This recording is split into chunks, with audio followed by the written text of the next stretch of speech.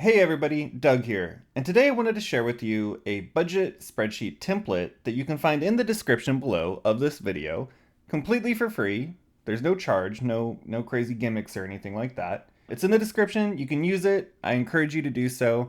The only thing I ask is that if it's helpful to you in any way, drop a like on the video, subscribe, all that good stuff.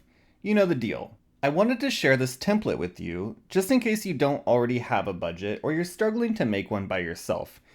Now you can always use any of the other applications that exist out there. I know You Need a Budget is pretty popular. I'm sure there's tons and tons of other ones on every app store that exists. But if you want something completely for free that you just manage yourself in Google Sheets, this is a very, very good jumping off point. So to go over how this works, we'll start at the top and work our way down. This first third of the spreadsheet are kind of all the metrics of your budget. So this is what gets generated as we plug in data under the income and the expenses section down below. Starting at the left, we have this nice pie graph that'll just break down by percentage what your funds are going to. And this is based off of a 50-30-20 rule for a budget, which basically just means we're spending 50% of our income on our needs. These are things like rent, utility bills, phone bills, so on and so forth. The things you need to live. And then 30% are the wants, so these are things that you want. This could be dining out, it could be buying clothes, it could be buying electronics, whatever the case is. These are all the things that make you enjoy life, and I believe that you should spend your money on things that you enjoy. You just need a budget for it. Finally, we have 20%, and these are things like savings accounts, investment accounts like an individual brokerage or an IRA, or for paying off very high interest debt. So think of like credit cards, car payments, stuff of that nature.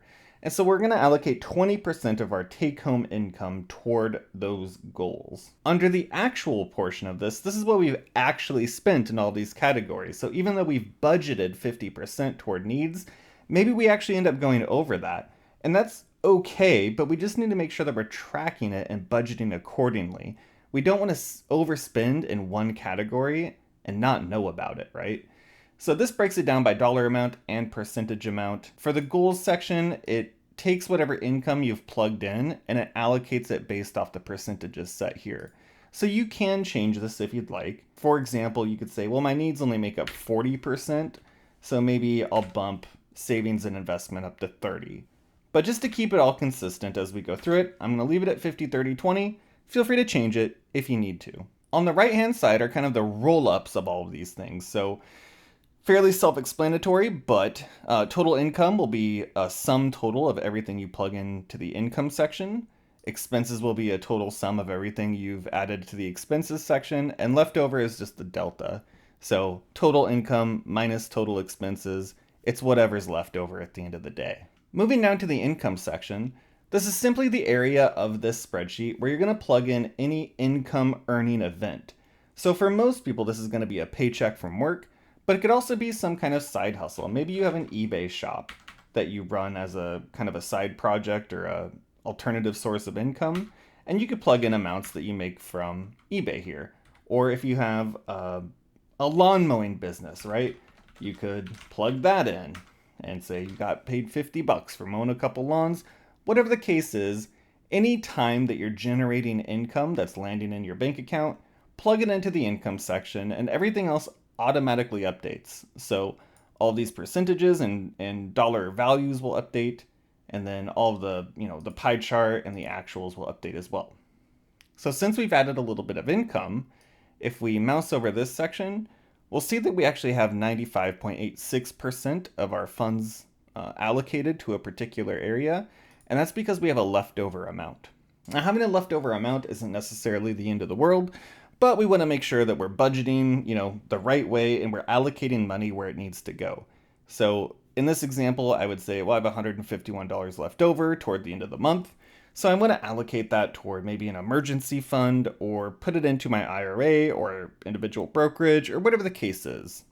And moving down to the expenses section, this is kind of the inverse of the income section, right? So these are all the events that force us to spend money or that we spend money on, right? So this is broken down into three categories, just like before, where we have our needs, our wants, and then savings and investments. I've kept it to just 3 categories to make it very simple. This could get expanded in the future, maybe in like a V2 or a V3, but for now we're going to leave it at 3. And I've formatted it this way in the demo just to make it very clear kind of what things fall into what bucket. So for example, our rent is definitely a need, and our rent was, let's say, $1,500. And we could put due dates in here, so maybe this is due by January 2nd. Maybe our internet bill comes in January 18th. The date doesn't necessarily update anything as far as, the metrics at the top, but it might be nice just to keep it as a record so you know when bills are coming due in the future. So basically all you do here is you're gonna punch in the source, so tons of examples here, but rent, your internet bill, your grocery bill for the month, etc., etc.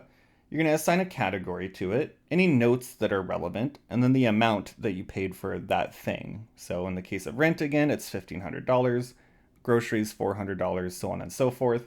Moving on, we have our savings and investment section here, but again, this is just formatted this way to keep it very clear as to what we're doing. So in this scenario, we've decided that we would allocate $500 toward an emergency fund. Maybe we're shooting for that 3 to 6 month window of having funds available to cover all of our needs.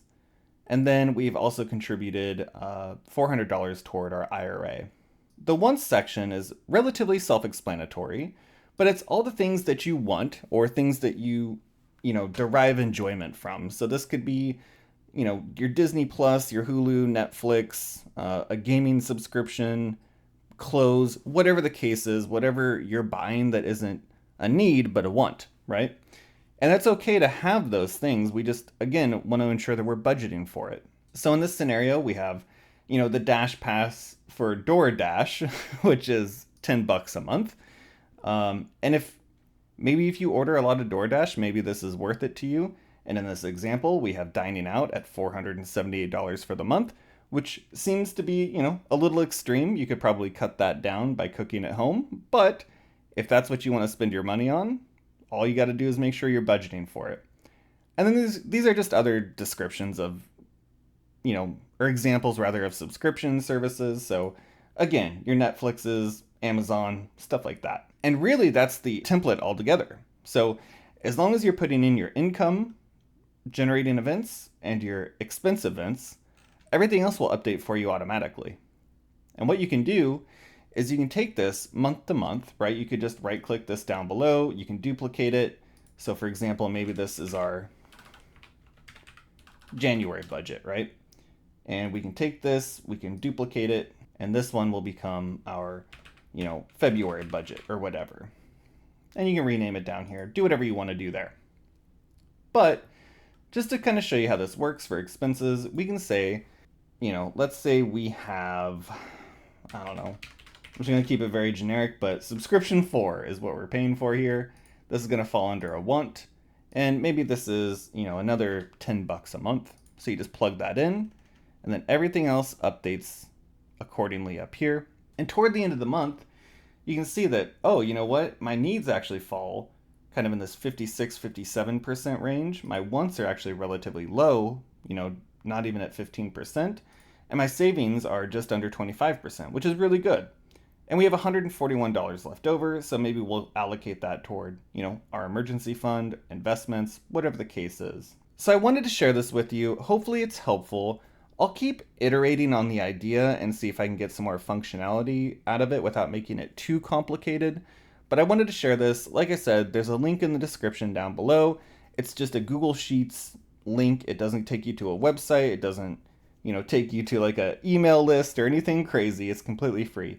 And like I said before, all I ask is that if this was helpful, leave a like on the video, subscribe, comment on it. It just pushes the video up to more people, which is incredibly helpful for me. That's going to do it for me for today. I hope you enjoyed, and we'll see you in the next one. Bye-bye.